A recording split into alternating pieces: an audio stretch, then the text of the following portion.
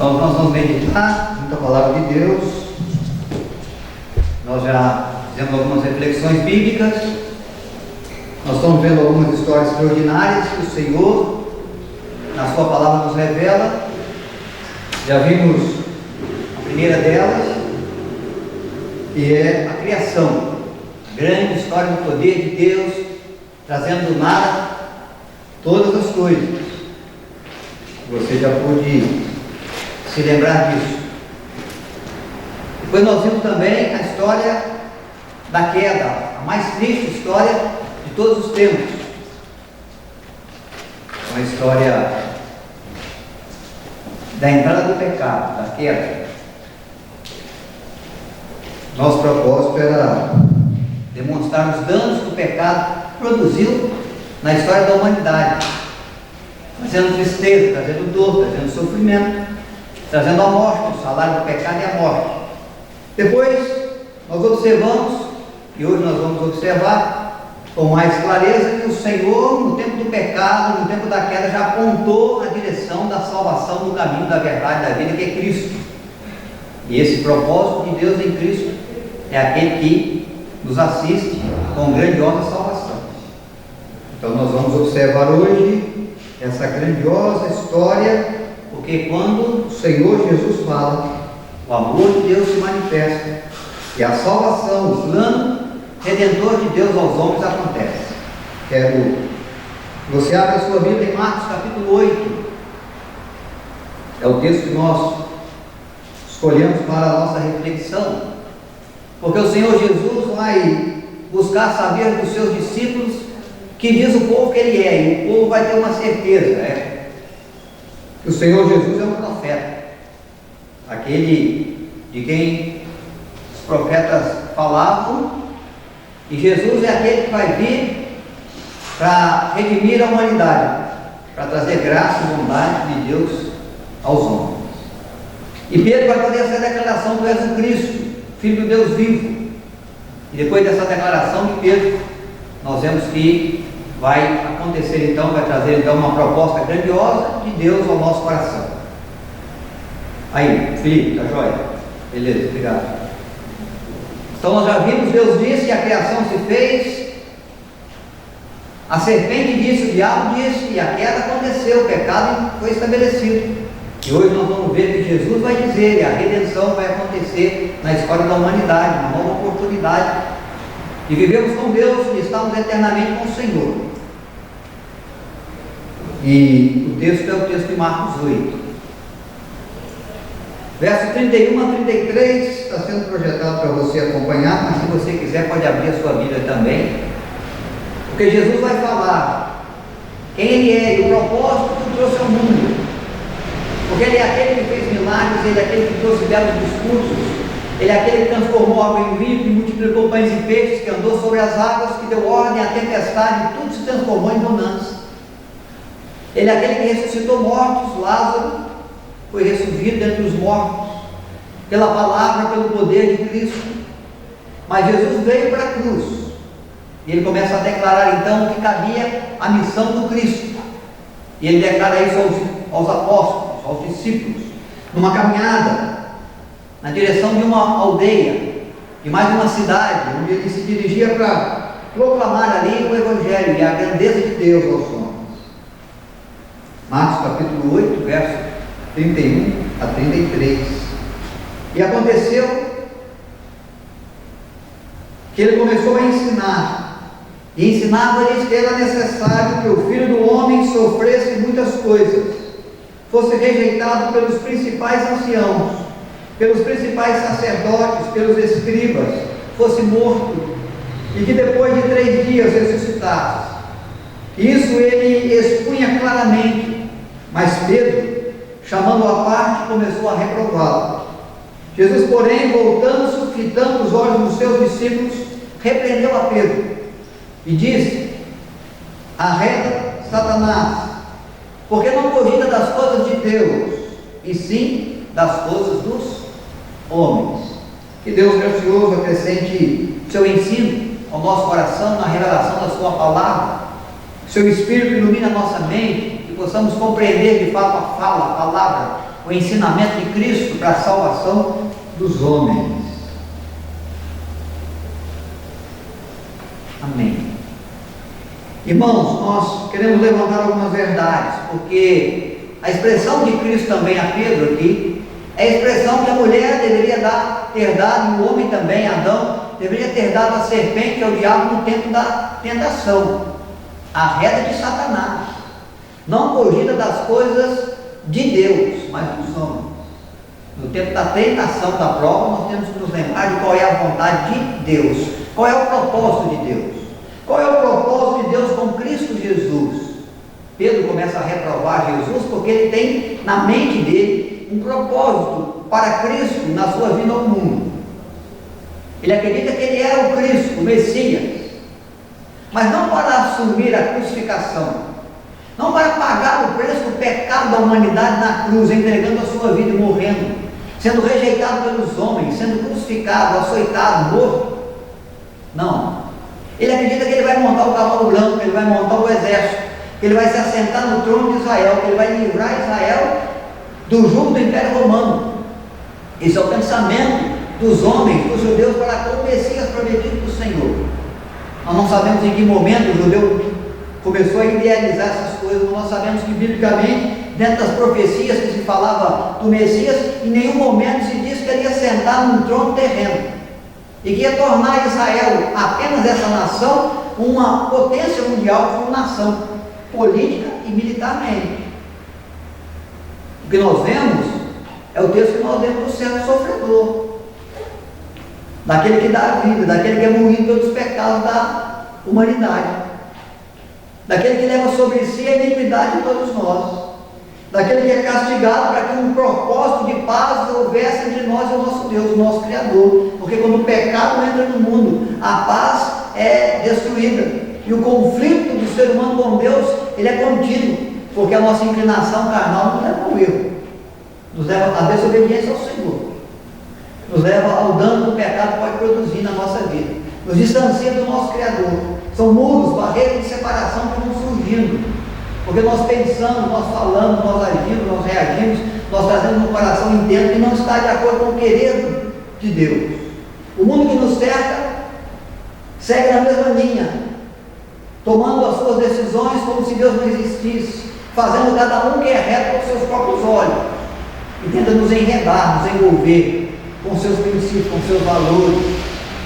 O diabo que tentou Adão e Eva na figura de serpente do Éden é aquele que nos tenta, que nos quer levar à prova, que quer bater onde dói, que quer de fato nos convidar para atitudes, para propostas, para nos assentar numa mesa pecaminosa, dentro dos nossos prazeres, dentro das nossas satisfações, para atender o nosso ego.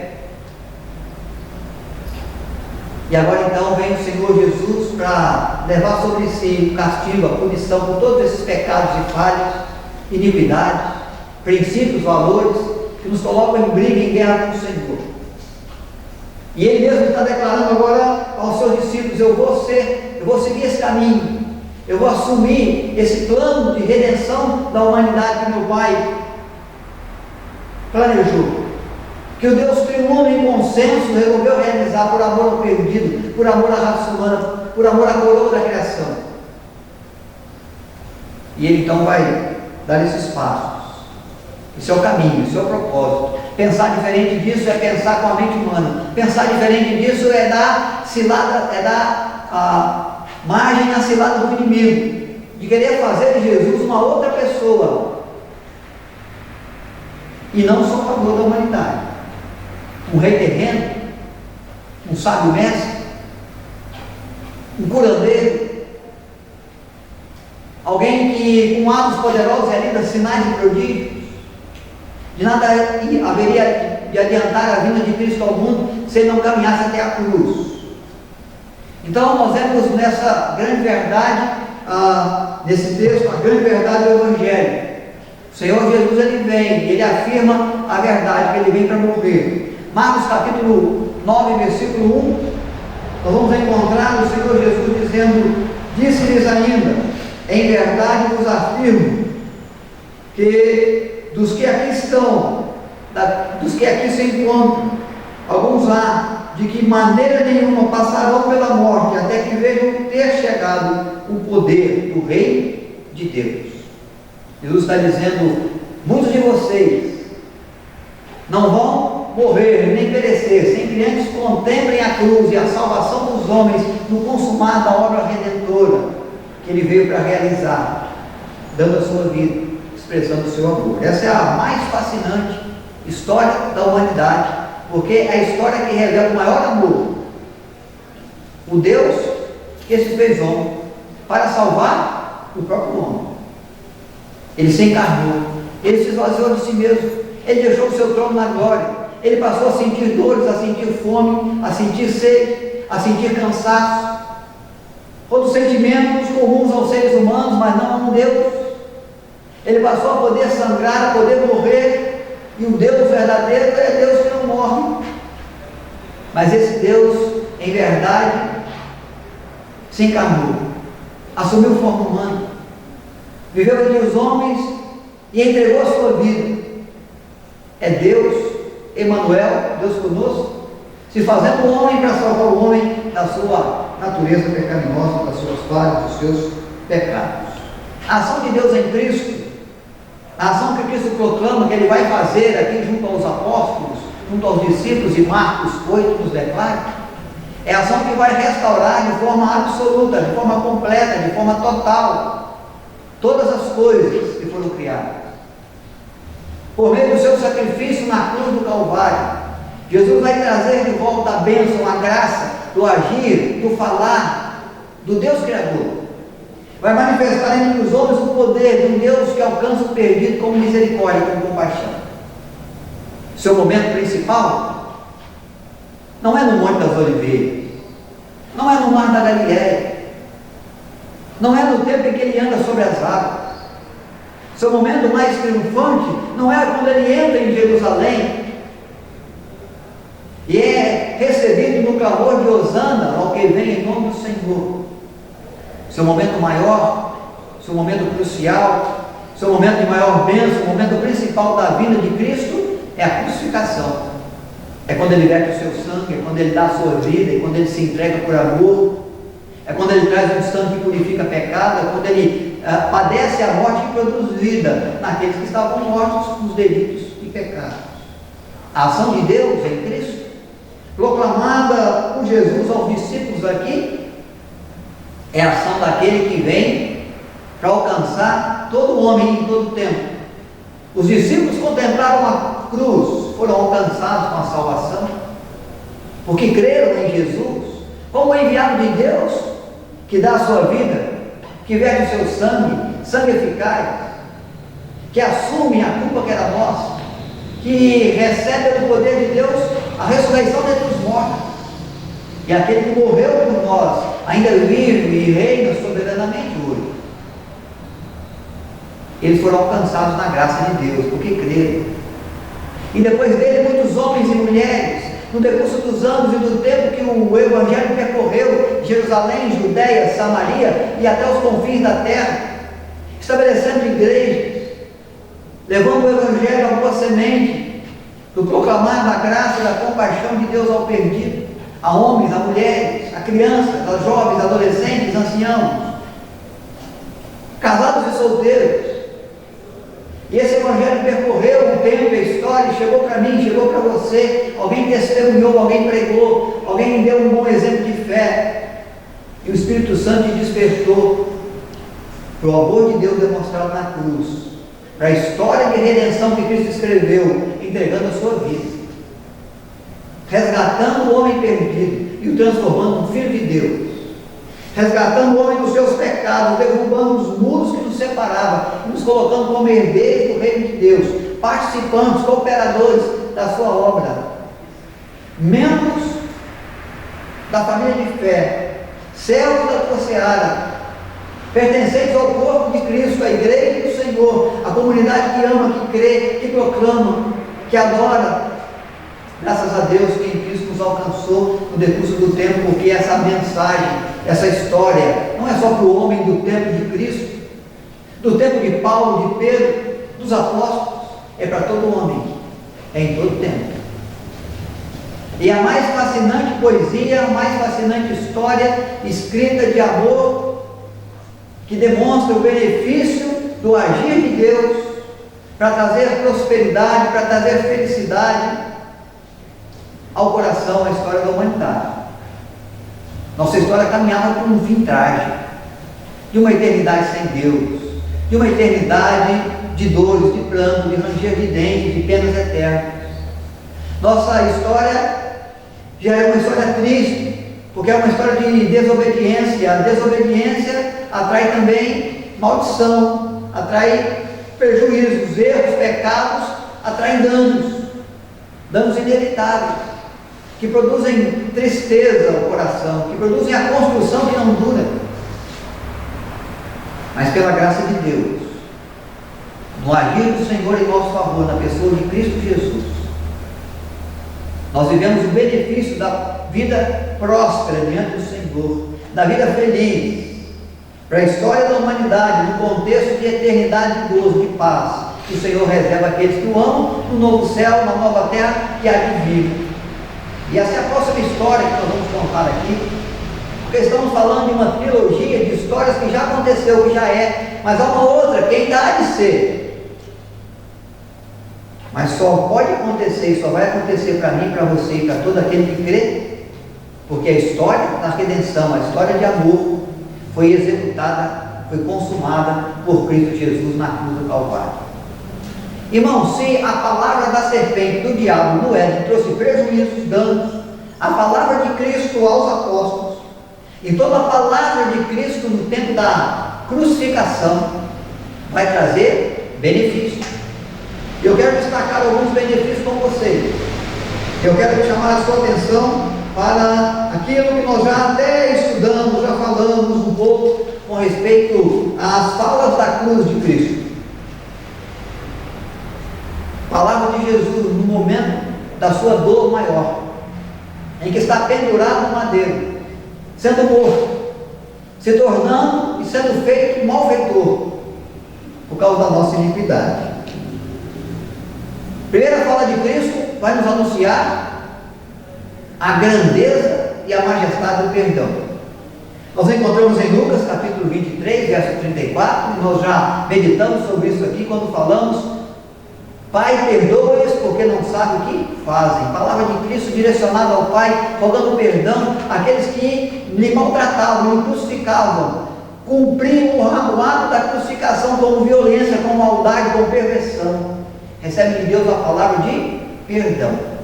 A fala de Cristo é uma fala de perdão para mim, para você, em razão das maldades, da perversidade, da imoralidade, da pecaminosidade do meu coração, da minha alma, da minha mente, da minha fala. A perdão de Deus, quando o Senhor Jesus abre a sua voz, ergue a sua voz em nosso favor. Quando o Senhor Jesus fala, ergue-se a voz imensurável da bondade e da graça de Deus que nos assiste. Ele vai dizer a um dos malfeitores que está sendo com ele crucificado, que identifica nele lealdade, fidelidade, justiça, e diz: esse da verdade nada fez, nós estamos aqui porque merecemos. Senhor, lembra-te de mim quando entrares no teu reino.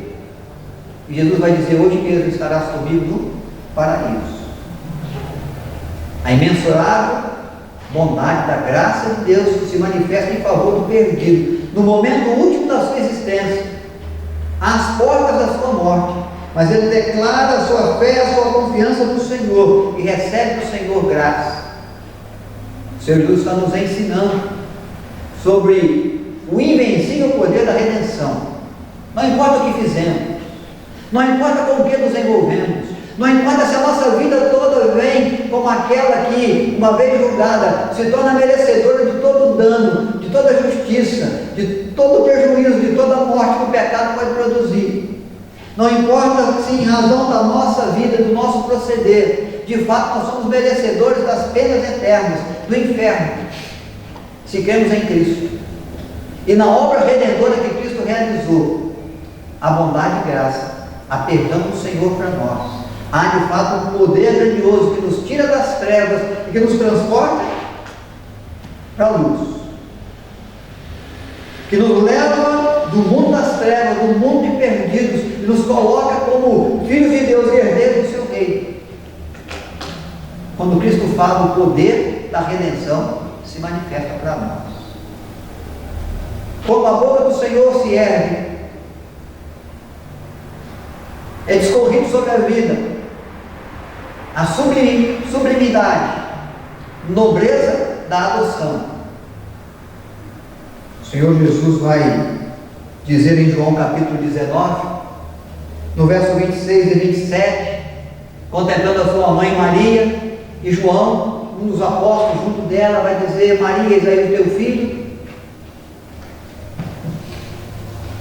filho, eis aí a tua mãe.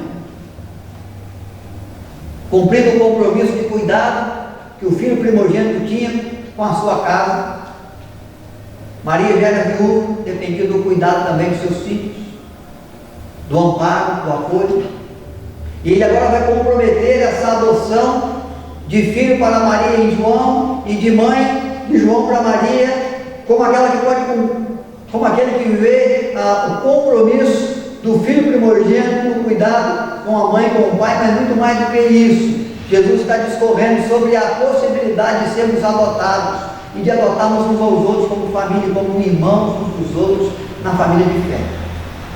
Deus nos adota, Deus nos acolhe, não como servos apenas, mas como servos e filhos.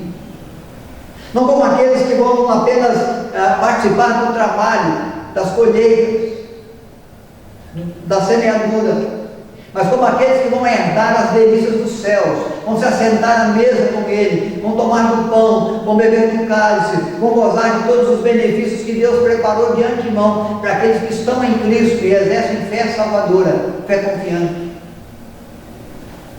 Há uma adoção que o Senhor faz. Não somos só criaturas, somos filhos, somos filhas de Deus. As grandes verdades do Evangelho nos mostra nas palavras da cruz, quando Cristo ergue a sua voz, realizando o seu ato de sacrifício e de amor, como havia proclamado aos apóstolos.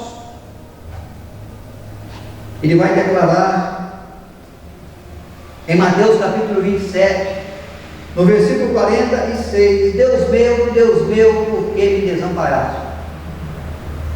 O Senhor Jesus está ali erguendo a sua voz para enfatizar a importância e a certeza, o valor da convicção diante da incerteza. Nós não sabíamos o que seria da nossa eternidade. Nós não sabíamos que caminho tomar para ver os nossos pecados perdoados.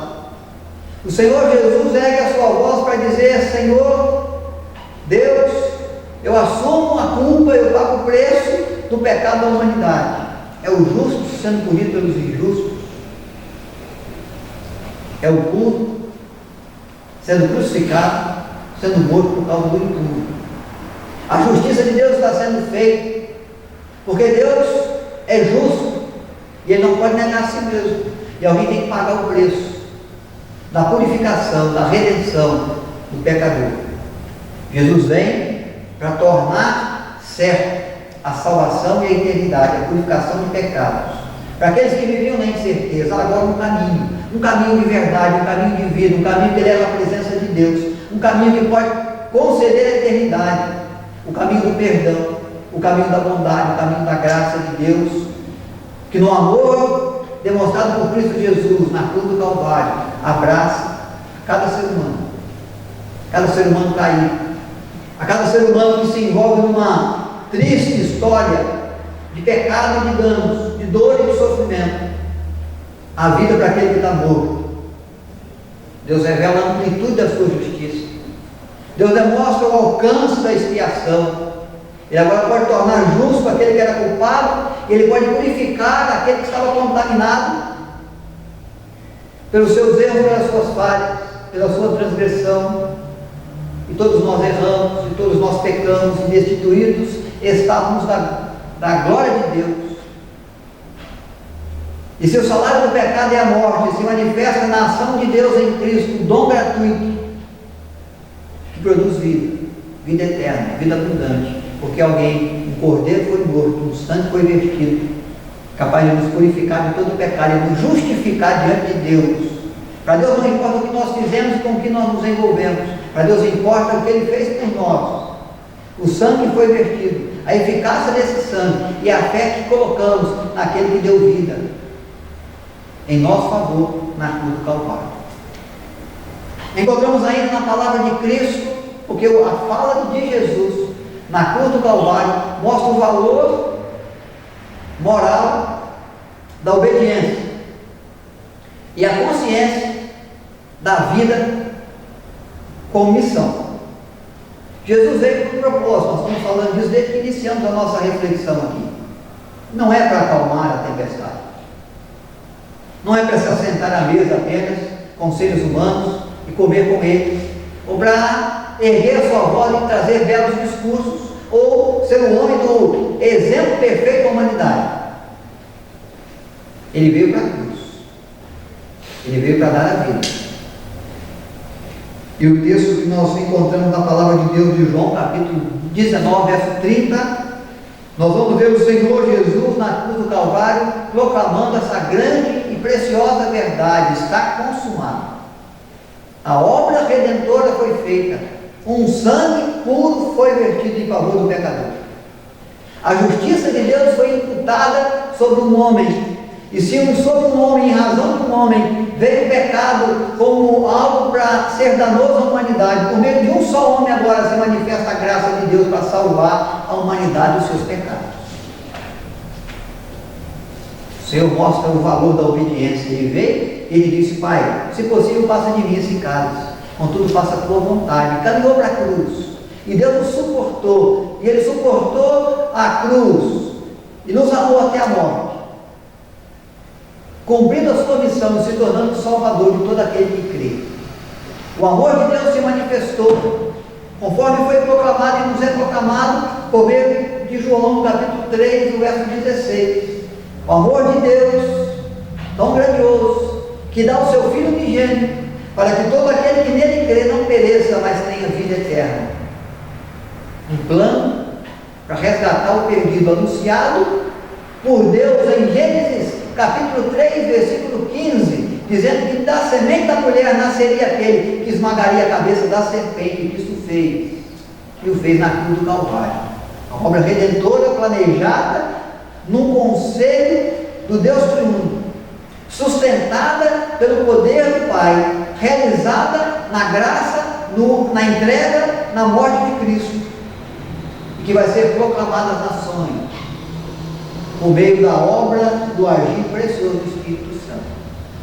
É uma missão que Cristo recebeu. E Ele está dizendo a Pedro: Pedro, eu não vou montar num cavalo branco, nem sentar num trono terreno. Ele vai dizer isso e confirmar isso diante de Pilatos, pelo receio que Pilatos tinha de que ele fosse ameaça ao governo romano. Ele vai dizer: o meu reino não é desse mundo, fique tranquilo.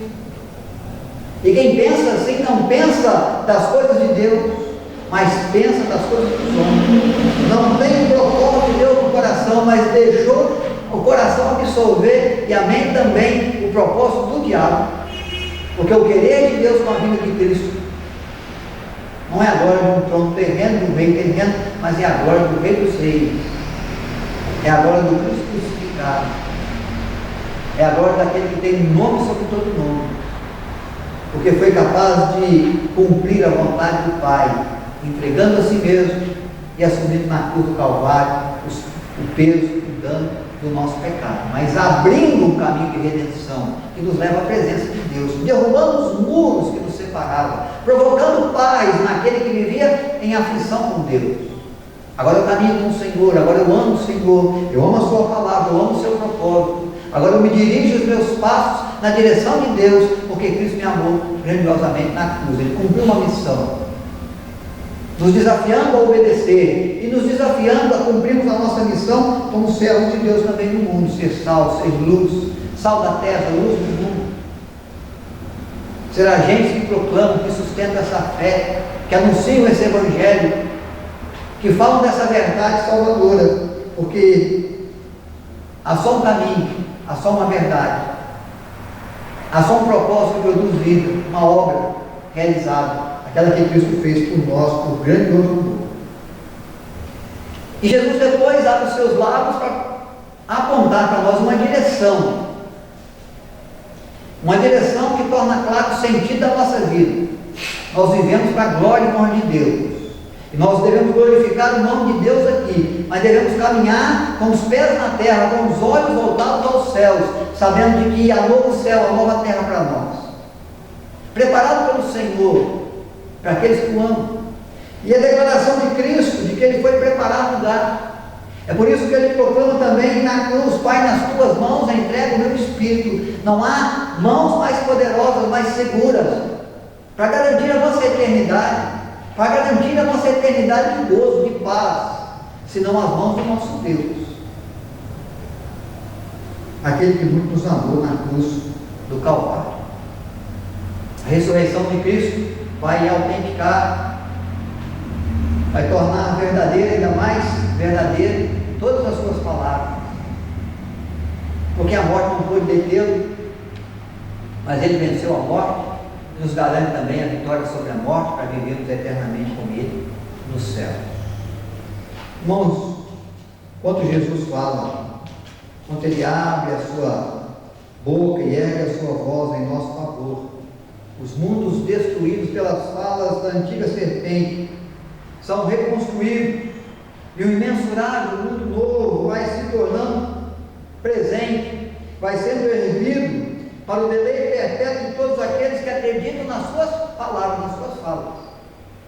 Todo aquele que crê na palavra de Deus, que vem Jesus o Salvador, será salvo. Essa é a história grandiosa do amor de Deus, a mais bela história de amor que a humanidade pode conhecer. O que nós temos que nos perguntar, irmãos, qual a minha resposta com respeito a essa história toda? O que eu tenho a dizer? O que eu tenho dito? O que eu tenho a fazer e o que eu tenho feito, em razão de tanto amor de Deus por mim, em razão de tanta graça de Deus que se manifesta na cruz, em razão de tudo aquilo que Ele fez em favor da minha vida aqui, em favor da minha eternidade. O que eu tenho a dizer quando o poder de Deus se manifesta para me tornar filho e herdeiro do seu reino? Quando eu vejo em Cristo o caminho que alcança o perdido com graça, com perdão, com salvação. Há um texto que eu quero ler com vocês, em Marcos capítulo 8, está exatamente no intervalo dos dois textos que nós já lemos. Vem depois da declaração de Pedro, vem antes da declaração que Cristo faz de que muitos ali não haveriam de morrer sem antes ver consumada a obra da salvação na cruz, exatamente como Cristo havia proclamado nos versículos anteriores. E Jesus declara no verso 34 até o 38 qual a resposta que Ele espera daqueles que vão ser alcançados, os alvos do seu grandioso amor. Quero que você acompanhe.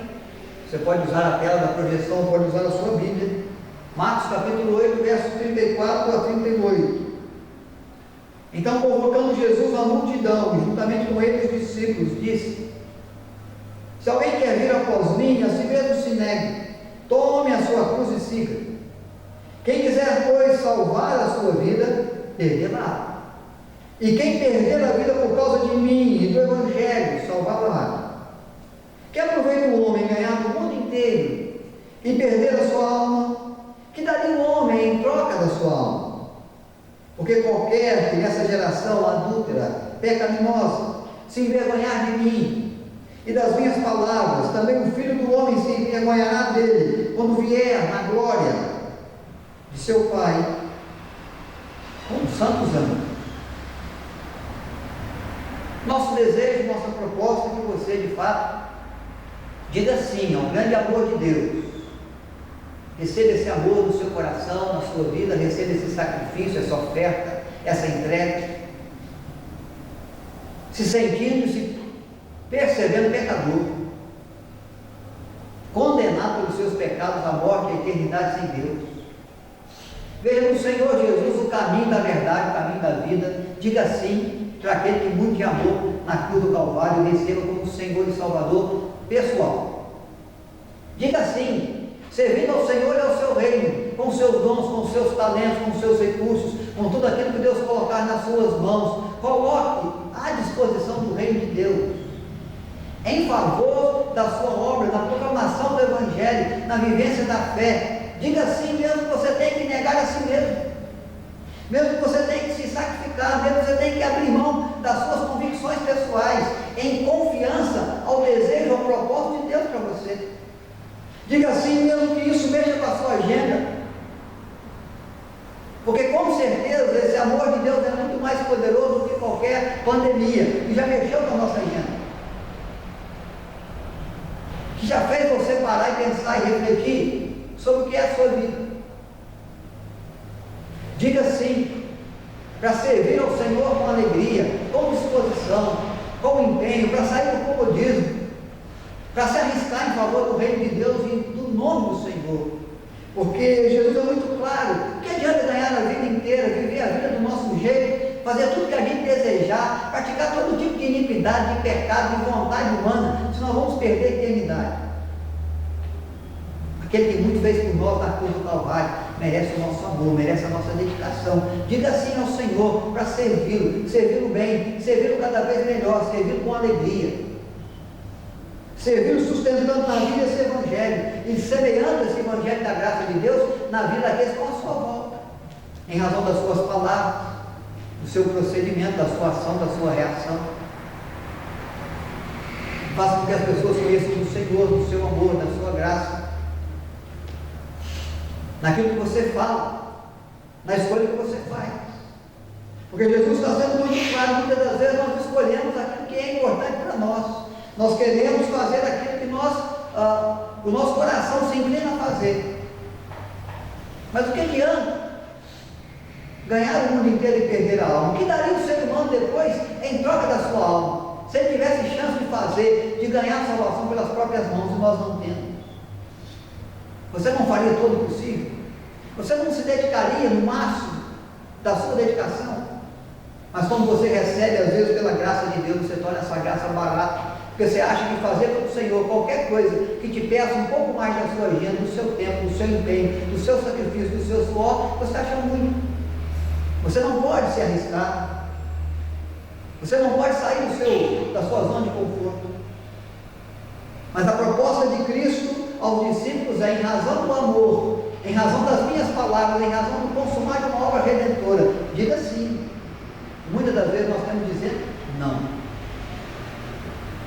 porque preferimos ficar do nosso jeito, fazer da nossa maneira, e não queremos nos arriscar em nada, mesmo que o Evangelho peça isso de mim ou de você. Não queremos chorar, não queremos suar na luta contra o pecado, não queremos sangrar na resistência contra as tentações. E às vezes vai ser necessário que eu chore, vai ser necessário que eu transpire, vai ser necessário que eu sangre por causa do amor de Cristo, porque Ele não se importou em sangrar por amor à minha vida. Diga sim ao Senhor, ofereça o seu tempo, ofereça o seu dom, diante de qualquer desafio, diante de qualquer risco.